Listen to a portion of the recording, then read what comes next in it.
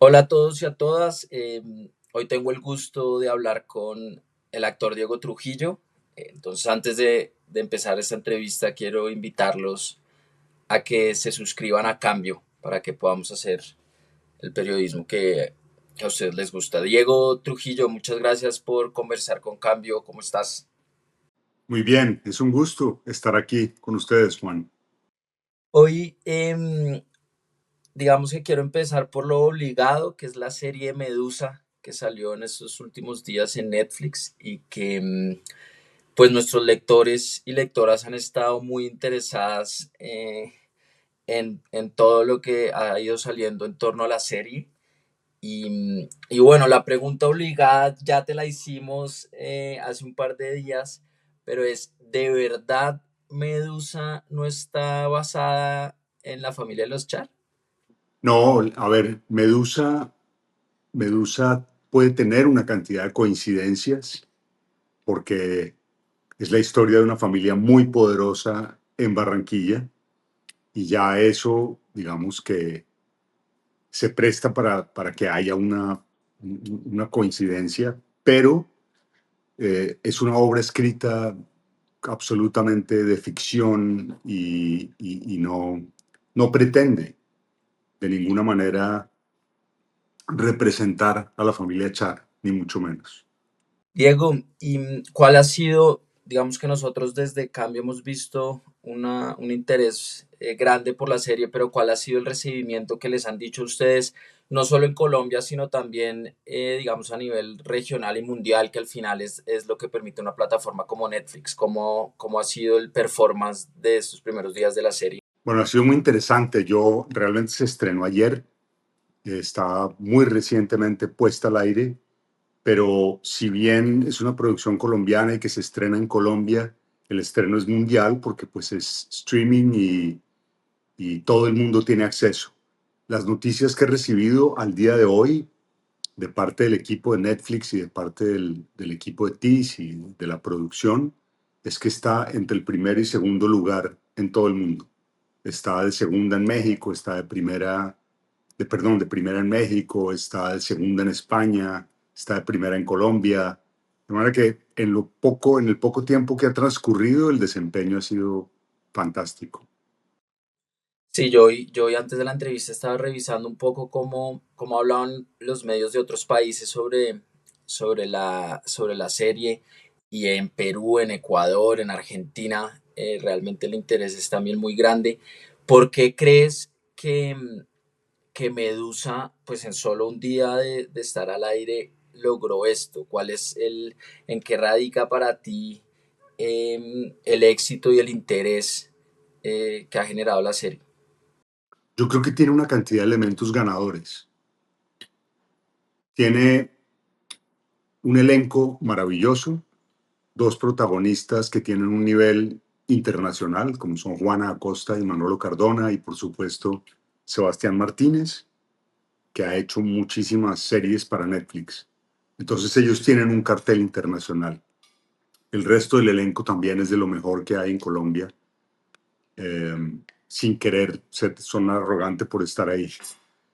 Tiene una historia con unos ingredientes que son enganchadorcísimos, como es el suspenso, como es la acción, como es el romance, como es la intriga. Y además está situada en el Caribe colombiano. Eso le da un ingrediente muy nuestro, que es el color, que es la música, que es eh, esa textura, incluso el sabor barranquillero. Pero además estamos contando el Caribe por primera vez en un sitio que no es ni Santa Marta ni Cartagena.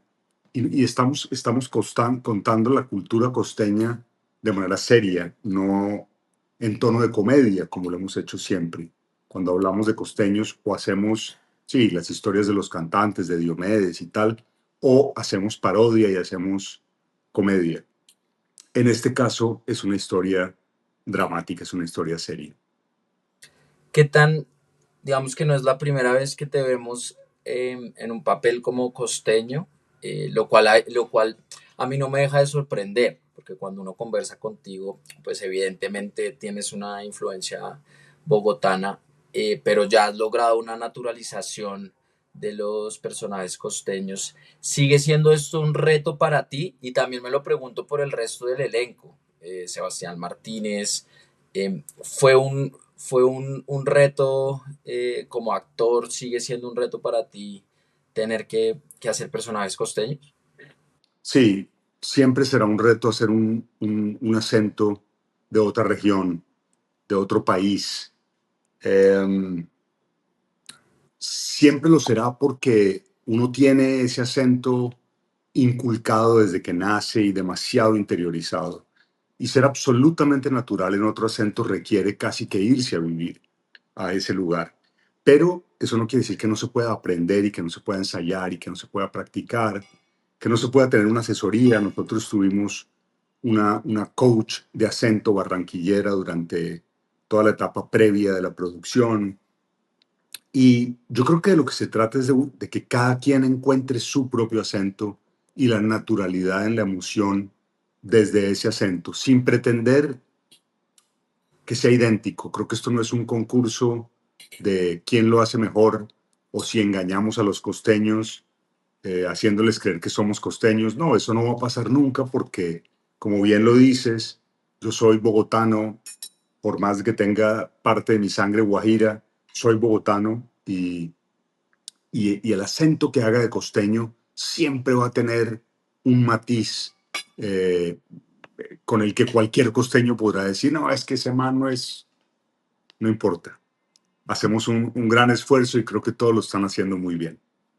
Diego, ahorita oyéndote sobre, digamos, los elementos que han hecho que Medusa tenga tanto interés, me pregunto también si, más allá de que es una obra de ficción, el interés que ha generado no es también porque es una obra política, en el sentido en que se denuncia una realidad que en Colombia al menos nos toca mucho, que son estas familias muy poderosas que, como se muestra en la serie, lo controlan todo, tienen tecnología, medios, supermercados, negocios inmobiliarios, y que si uno ya hila más fino, no necesariamente estrechándonos a los char, sino a los diferentes clanes familiares que gobiernan y han gobernado Colombia durante muchos años. Entonces me pregunto si el éxito no está en que toca esa sensibilidad política de nuestro contexto. Sí, yo creo que sí, yo creo que sí. Parte del éxito es ese, parte del éxito es querer indagar, querer escudriñar en lo que ocurre detrás de esas familias tan poderosas que son generalmente familias que se cuidan tremendamente precisamente de eso, de que las miren hacia adentro, porque parte del éxito de lo que son es la apariencia de ser perfectos, la apariencia de ser familias, por supuesto, inmensamente prósperas y poderosas, pero además correctas y buenas y bondadosas, y resulta que no es así, porque es que los seres humanos no lo somos. Entonces, cuando una serie trata de ahondar en esos secretos que guardan esas familias y que develan cómo han conseguido el poder y cómo lo sustentan, creo que eso se vuelve muy interesante. Por más de que sea una obra de ficción, evidentemente trata un tema que es humano y en el que todos perfectamente caben.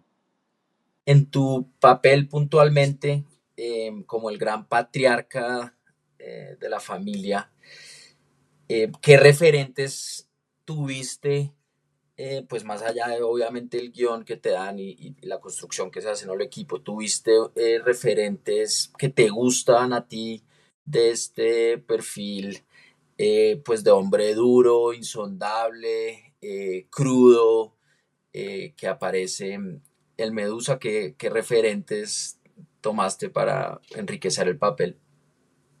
Hay muchísimos referentes y claro, si te menciono algunos no quiere decir que me haya basado en ellos para construir este personaje, porque los personajes se construyen sobre todo desde el libreto, desde lo que te da el libreto. Yo no puedo decir, y por supuesto lo voy a mencionar, que me basé en este Patriarca de Succession, que es una obra que me gusta mucho de HBO, eh, que es un referente, pero no puedo decir que me basé en él porque la historia pues es completamente distinta. Sin embargo, la figura del personaje sí es una figura equiparable al personaje de Damián Hidalgo.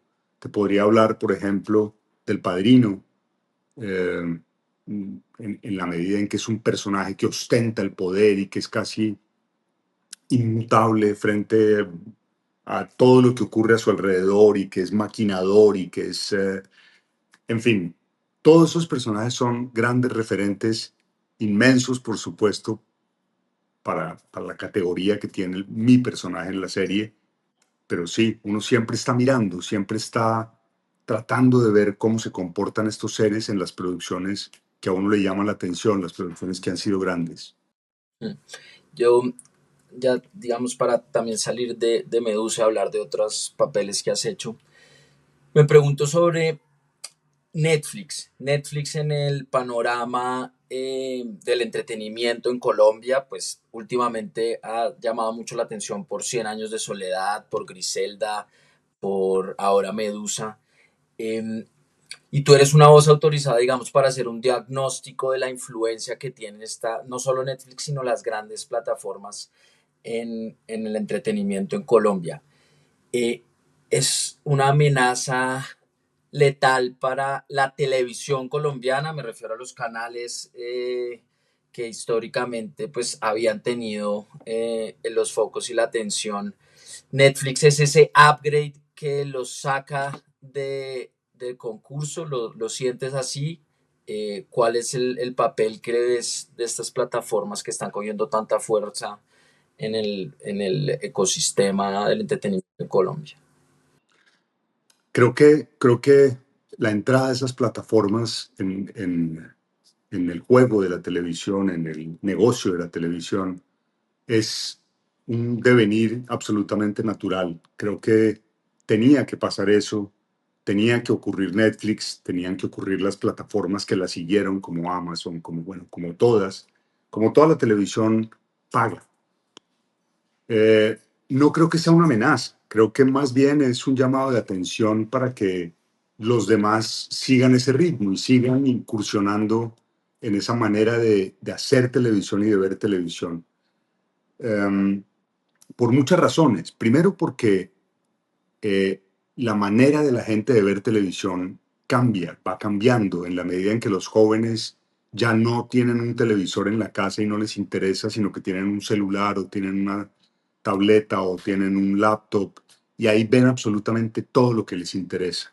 Ya esa costumbre de sentarse alrededor de un televisor para ver la novela de las 8 que duraba un año entero llena de comerciales, eso cambió, ese formato ya no funciona. O sí funciona, pero de otra manera. Quiero decir, funciona todavía en Colombia, en las regiones, funciona para la gente que no tiene acceso aún a las plataformas por los costos o por la razón que sea, pero cada vez va funcionando menos y va a funcionar menos porque cualquier persona prefiere pagar una suscripción con tal de verse la serie en el momento en que quiere, apagarla cuando quiere o ponerle pausa, repetírsela las veces que quiera y tener además un contenido inmenso de posibilidades para estar viendo y para estar compartiendo con la gente que ve. Entonces, esto yo creo que cada vez va a ir agrandándose más incluso y lo que tenemos que hacer en Colombia es aceptarlo y ponernos en el proceso de cambiar hacia allá. De hecho, me parece que Caracol incluso ya lanzó una aplicación o no estoy muy enterado, pero algo que se llama MeToo, creo que sí,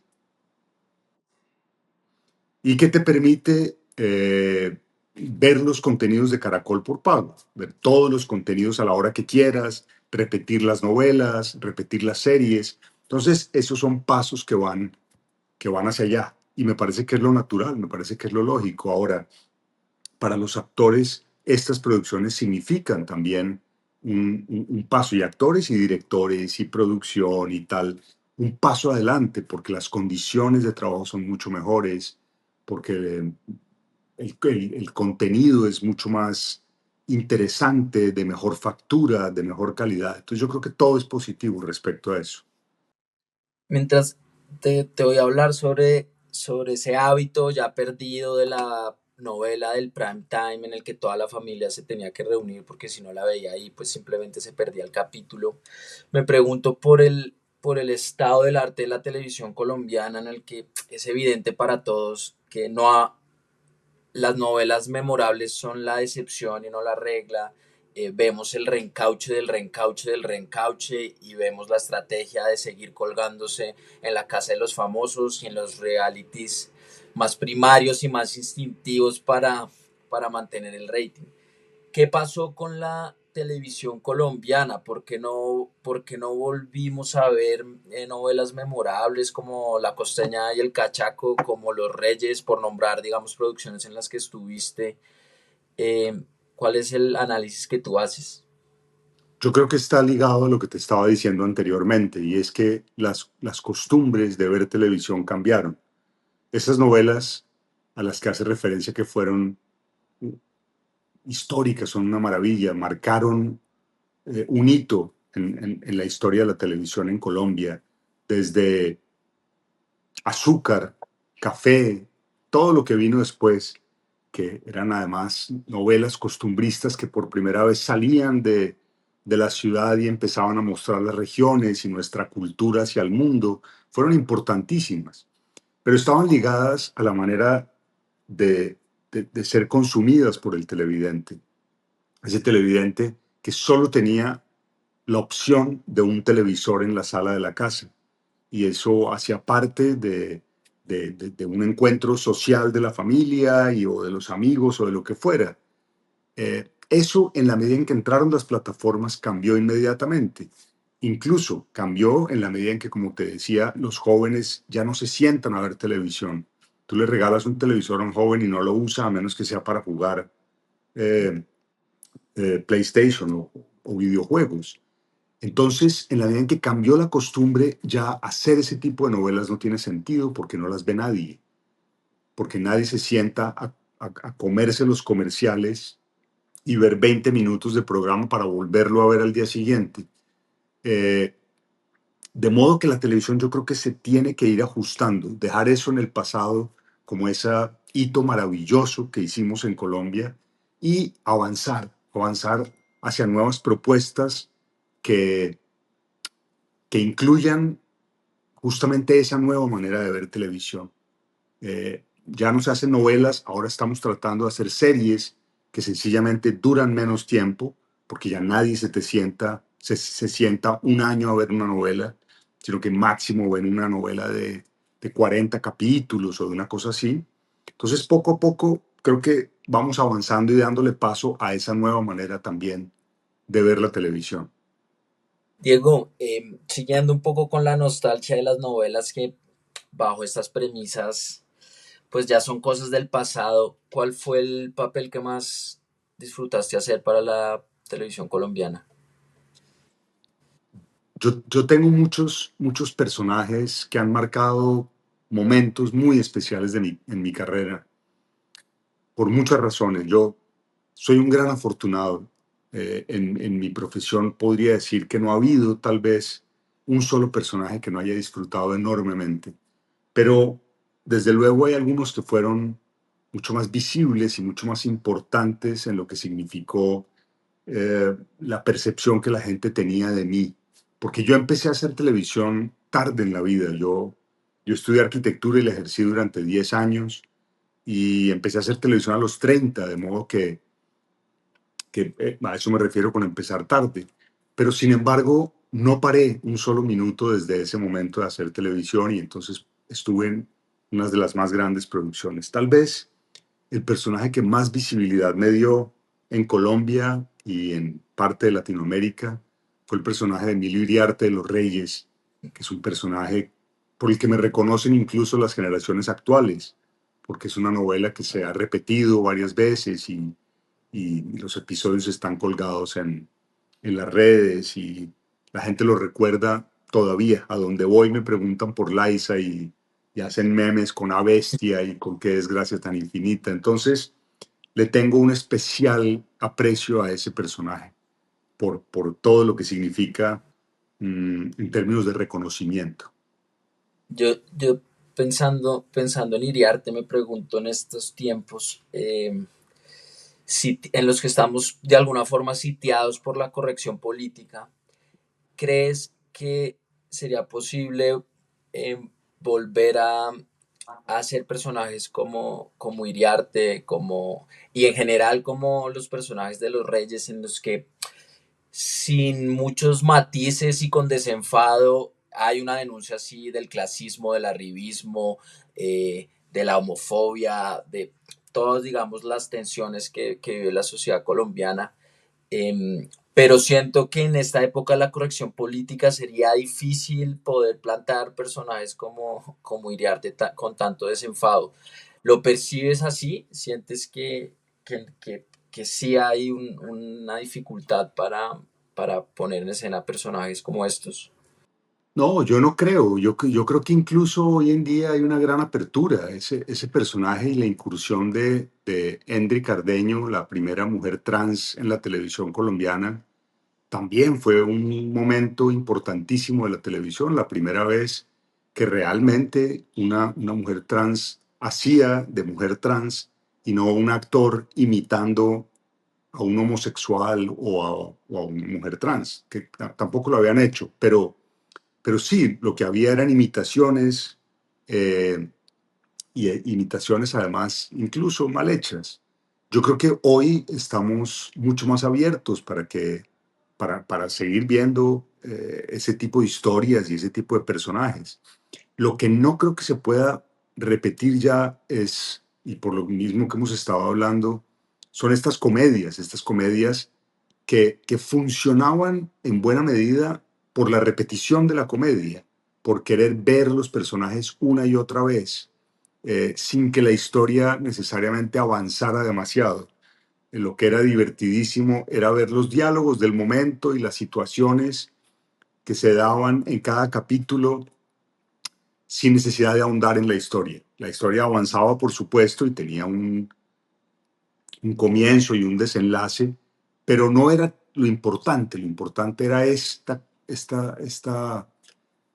necesidad que tenía la gente, que había adquirido la gente de sentarse en torno a la televisión a reírse y a pasarla bien. Entonces sí, son esas dos cosas. Yo quería preguntarte también hoy sobre, pues has trabajado con Harold Trompetero varias veces, eh, y para mí el fenómeno de Trompetero es interesante porque en un ecosistema como el colombiano, en que en realidad hacer una película es un milagro, y hacer una película que se vea es ya un verdadero milagro. Hay personajes como Harold Trompetero que logran una y otra vez enganchar a mucha gente con sus historias. ¿Cuál es, en dónde, cómo se explica el genio, la intuición, la audacia de Harold Trompetero para dar con esta fórmula? Harold es un personaje maravilloso. Yo he trabajado con él dos veces y estoy empezando a leer un tercer guión que me pasó, que es una maravilla. Y Harold tiene una particularidad casi que camaleónica y eso yo creo que es una cosa que se tiene o no. Es que él además es publicista, entonces él tiene una cantidad de ingredientes en su cabeza que lo hacen único. Y creo que por eso sus proyectos son lo que son. Y entre esas particularidades que tiene Harold está la de poder hacer comedia o drama eh, sin ningún problema. Se pasea por los dos géneros absolutamente cómodo. A mí personalmente me gusta mucho más el drama y de hecho lo que hice con él fueron dos películas que si bien no abandonan el humor, eh, sobre la línea general es dramática, que fueron Riverside y bueno, esta que estamos leyendo ahora que se llama, no puedo decir cómo se llama, pero es una historia dramática. Ese es el Harold que a mí me gusta más. A mí su comedia no me disgusta, pero no es el estilo de humor que a mí me interesa. Ujú. ¿Y cómo fue? cómo fue trabajar con Sergio Cabrera, Diego. También es un personaje que me gustaría saber desde adentro, eh, pues cuál es el genio de Sergio Cabrera para haber logrado un legado generacional a través de su forma de dirigir, de su forma de concebir pues, sus narrativas. Claro. Sergio es un genio. Sergio es un tipo con un nivel cultural muy grande, con una sensibilidad muy grande, con una inteligencia muy grande. Y por supuesto todo eso volcado en sus películas y en la serie en la que trabajé yo con él, pues es muy evidente. Tiene una cosa, Sergio, muy particular y es que uno siente que tiene un mundo interior tan grande que a veces le cuesta ponerlo en palabras. Y me refiero a la dirección de actores.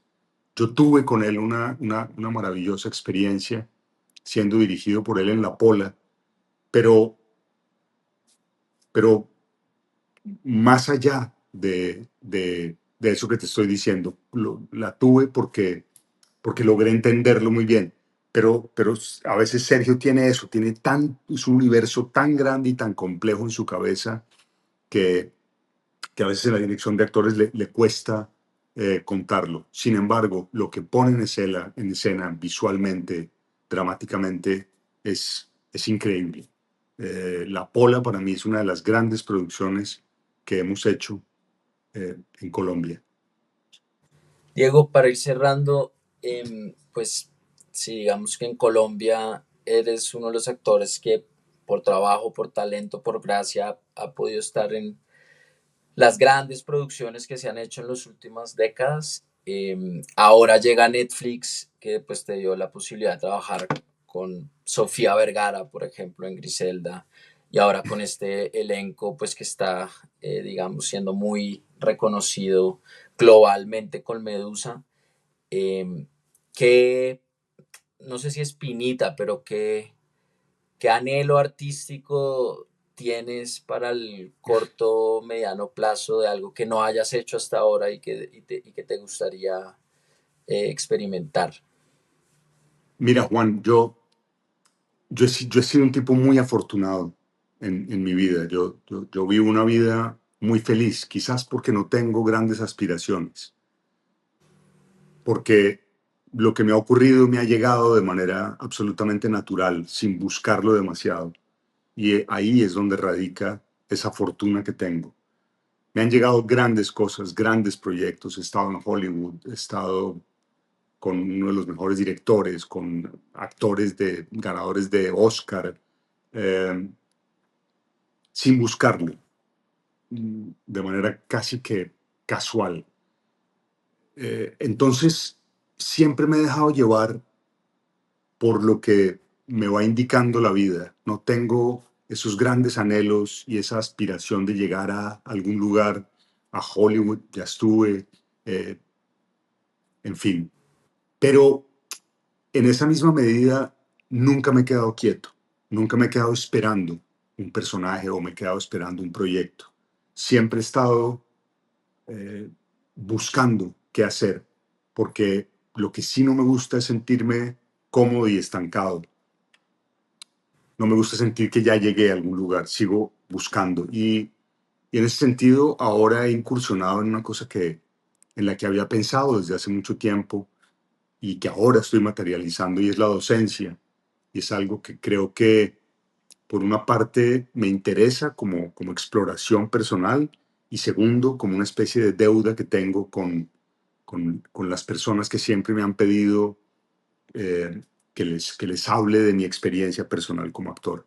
Entonces tengo unos talleres que estoy montando y perfeccionando y que han ido andando y que me tienen absolutamente feliz y encarretado. Me permiten una exploración distinta, una retroalimentación que es valiosísima en este momento de mi vida. Y por supuesto, lo que siga viniendo en términos audiovisuales, las series que vengan, o el teatro que venga, o no sé, pero, pero sí, no tengo una cosa en particular que quiera hacer, aparte del taller por ahora. Quiero cerrar con un ranking que los rankings suelen ser antipáticos, pero es simple entretenimiento. ¿Cuál es en tu visión la mejor novela que se ha hecho en Colombia en todos los tiempos? Que de lo que viste, actuaste. Miércoles, es muy difícil porque yo te podría decir que hay tres, por no meter una mía. Te diría que son Azúcar, Café y Betty la Fea. Y que Perfecto. marcaron momentos muy específicos en la historia de la televisión y le dieron paso a otra cantidad de cosas importantísimas. Entonces yo te diría que esas tres son quizás, bueno, y se me siguen ocurriendo, por eso te digo que son demasiadas, La Casa de las Dos Palmas, en fin. Una película colombiana, solo una, la mejor, que más te conmovió, más te entretuvo, más te gustó.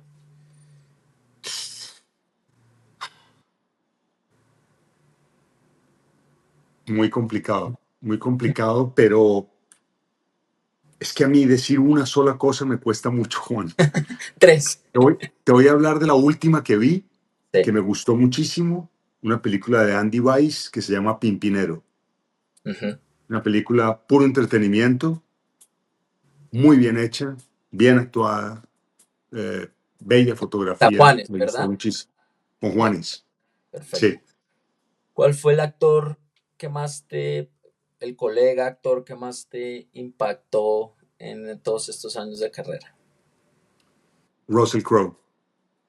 Porque Eh, Russell Crowe en la película Proof of Life, eh, no solamente por lo gran actor que es, por lo impresionante que es, además porque pues actué con él al lado y lo pude conocer, sino por la calidad de persona que es. Para mí, más que grandes actores, hay grandes seres humanos que además tienen el talento inmenso de ser buenos actores. Pero Russell Crowe, y fíjate que lo digo a diferencia de otros grandes que había en esa serie, en esa película, como David Caruso, como Meg Ryan, como David Morse, David Morse creo que se llama. En fin, pero él, particularmente él, es un ser humano absolutamente precioso. eh, Estaba pendiente de todo el mundo, nos regalaba cosas.